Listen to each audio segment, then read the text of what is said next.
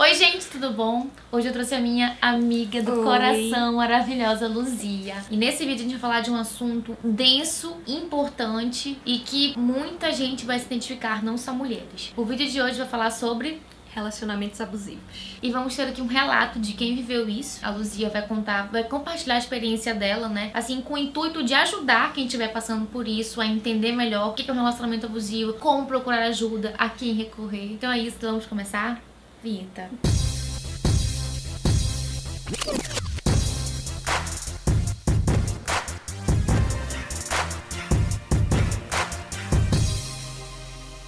Muita gente tem uma ideia simplista de relacionamento abusivo, porque elas associam logo a violência, a agressão física ou até mesmo sexual. Relacionamento abusivo não tem só a ver com violência física, ele pode ser violência psicológica, pode ser violência econômica. Psicólogos falam sobre vários aspectos do relacionamento abusivo, então não é só violência física. E é por isso que eu acho que há uma certa dificuldade da mulher ou do homem se identificar vivendo nisso, né? Por isso que muita gente demora pra procurar ajuda ou passa pela relação e nem sabia que era abusiva, porque acontece demais.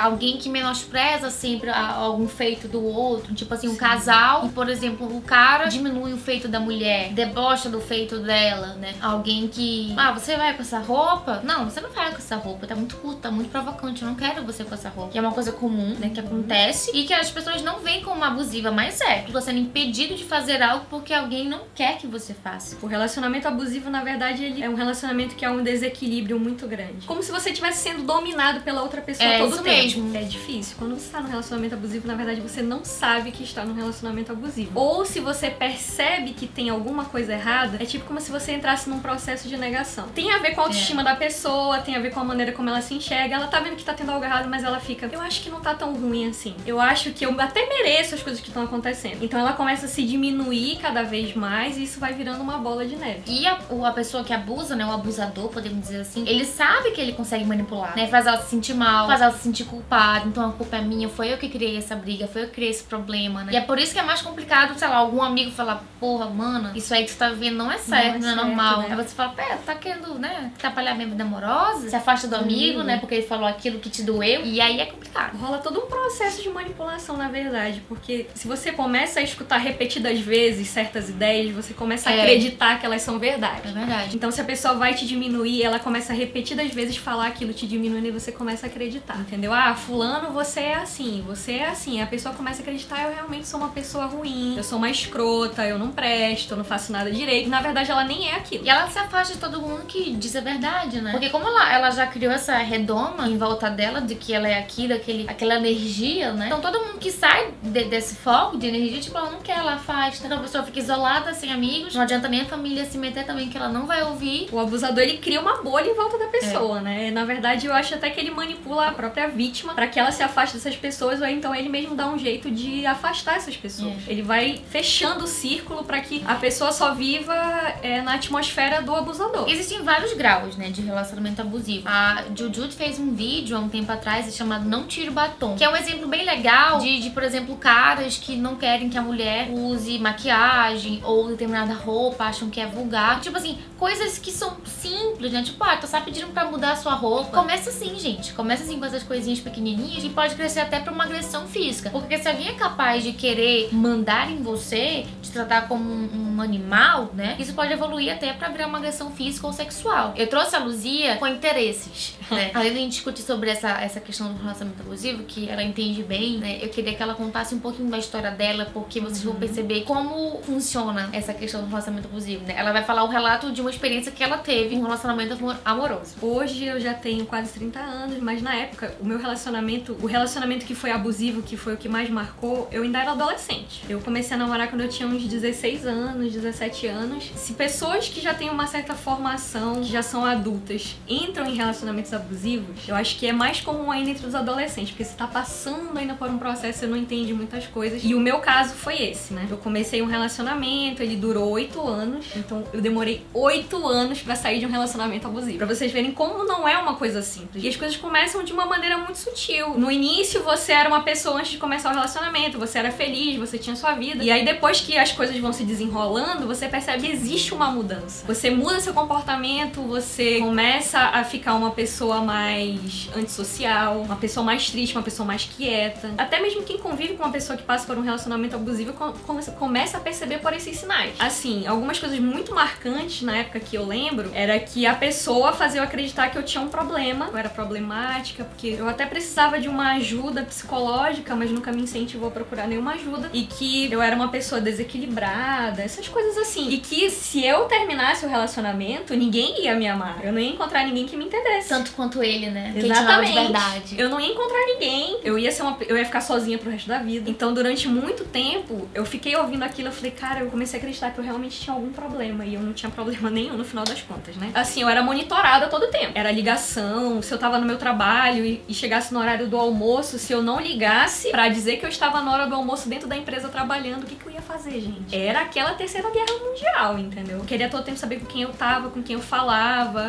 Meu celular não tinha senha. Às vezes ele até ficava vendo com quem eu tava falando, questionando algumas coisas. Alguém que tinha feito algum comentário na internet que não tinha nada a ver, mas acabava sempre rolando uma briga por causa disso. Então, eu sempre tava sendo vigiada. E também a questão de rolar tipo como se fosse uma disputa com a atenção que eu dava pra minha família ou pros meus amigos. Então, às vezes, queria competir com a minha mãe. Ah, mas porque tu já passa a semana inteira trabalhando, não sei o quê, aí no final de semana tu quer sair com a tua mãe? Eu falei, sim, mas eu tenho que dividir meu tempo com as pessoas. Eu não posso viver 24 horas em função de uma outra pessoa, entendeu? Essas coisas todas começaram a virar uma grande bola de neve e começaram a me cansar, assim, eu já comecei a me questionar. É porque, assim, as pessoas pensam que quem tá num relacionamento abusivo, quem sofre violência, é porque gosta, é porque quer. Não, gente, não é. Então é uma maneira como ela se enxerga. Então fica um pouco mais difícil se ela não tiver ajuda pra começar a pensar de uma maneira diferente, a pensar que ela não merece estar passando por aquilo, que relacionamentos não tem que ser tumultuados, relacionamento não tem que doer, gente. Se começar a doer, é porque alguma coisa está errada, você tem que rever o seu relacionamento. Se realmente vale a pena você continuar, ou até mesmo se você mudar a sua postura, esse relacionamento futuramente não se sustente mais. E como é que foi que tu conseguiu, assim, tu parou num dia, tipo, peraí,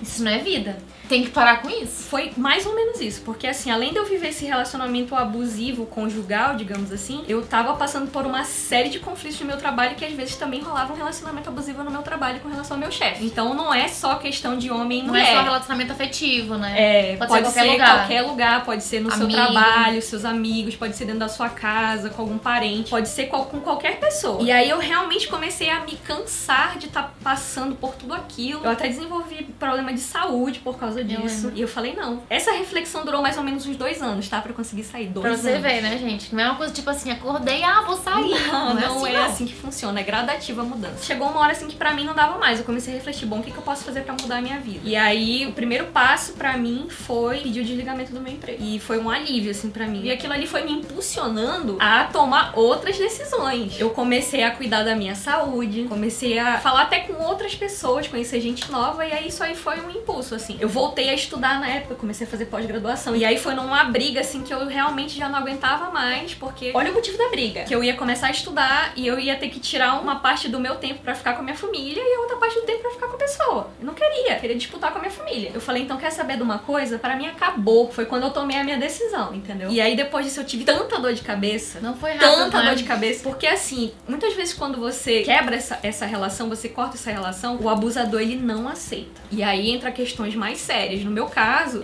depois de um tempo, ele ficou mandando mensagem, ficou enchendo o saco e tudo mais, perturbava a minha família de todo jeito, falava que ia se matar, que ia tomar veneno de rato, que ia se jogar na frente do carro, falava uma série de absurdos, assim. Esta pessoa aqui recebeu mensagens, outras pessoas também receberam mensagens com ele alegando que eu estava desequilibrada, que eu estava louca, que eu precisava de ajuda, que era eu que estava precisando de ajuda. Te pintou como demônio, né? Pintou como e se a pessoa não te demônio conhecesse, cairia no teatro. Porque essas pessoas são manipuladoras, né? E você acredita que a pessoa é, que louca essa mulher, como é que ela fez isso com o cara? Nossa, ela é ruim, ele tava precisando tanto da ajuda dela, gente. No momento que mais precisava. Um dos fatores que me prendia nesse relacionamento também era achar que eu tinha alguma missão de mudá-lo ou de ajudá-lo de alguma maneira. Era uma pessoa assim que realmente não tinha nada a ver comigo. E eu achava que de uma hora pra outra ele ia mudar. E não, a pessoa não vai mudar, a gente não muda as outras pessoas. Fica aí essa outra dica que ninguém muda ninguém. Você muda a si mesmo. Você pode até dar um exemplo pra pessoa, mas se ela vai mudar ou não, aí é com ela. E aí foi isso também um dos fatores. E eu fiquei, nossa, ele me pintava como um demônio pra todo mundo. Eu pensava assim, a Amora vai passar, entendeu? Isso é coisa de momento. E foram passando os meses e nada disso foi passar. E aí a situação já foi começando a ficar mais agravada. Teve até um amigo meu que falou assim pra mim, o que que tu tá esperando pra ir procurar ajuda? Tu tá esperando tu aparecer lá no programa do Datena? E justamente quando ele falou isso pra mim, começou a aparecer perfil falso meu na internet, falando mal das pessoas do meu trabalho, falando mal dos meus amigos. Isso gerou um transtorno na minha vida, porque no meu trabalho, todo mundo leu os absurdos que tinha naquele perfil fake. E tinha gente achando que aquele perfil era meu de verdade. E eu quase tomei justa causa. Eu tive que procurar a polícia.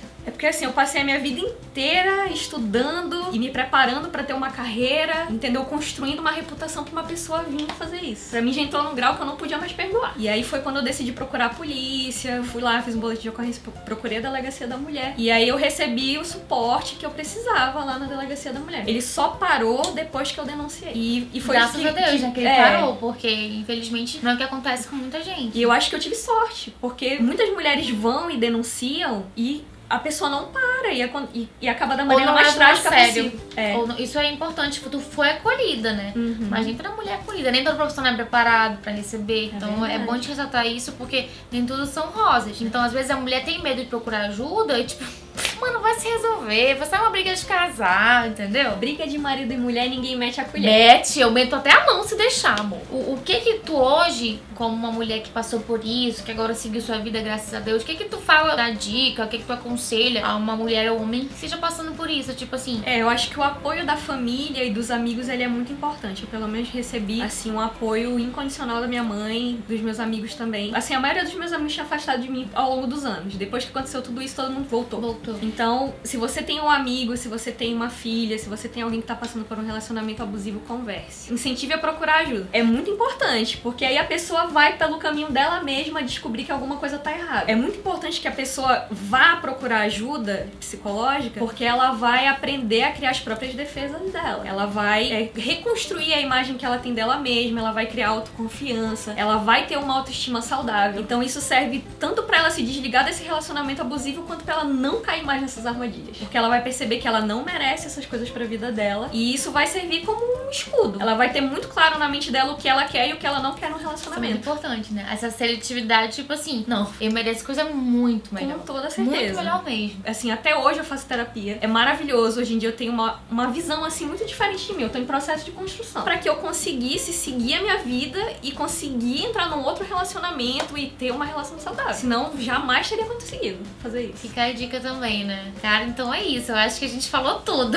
Além disso, falou tudo, assim. Amiga, maravilhoso. Que bom que você se abriu de verdade, porque eu acho que não é muito fácil. Eu nunca passei por isso, assim, nesse grau. Então, eu não imagino como é expor isso, por exemplo, na internet. Então, que coragem você, e que bom que você tá, assim, vendo que você tem o seu valor e conseguiu seguir a vida em vários aspectos. Então é possível, gente. Temos aqui um relato vivo disso, graças a Deus vivo, né? Cara, é isso, gente. Obrigada por assistir. Deixa o like aqui, por favor.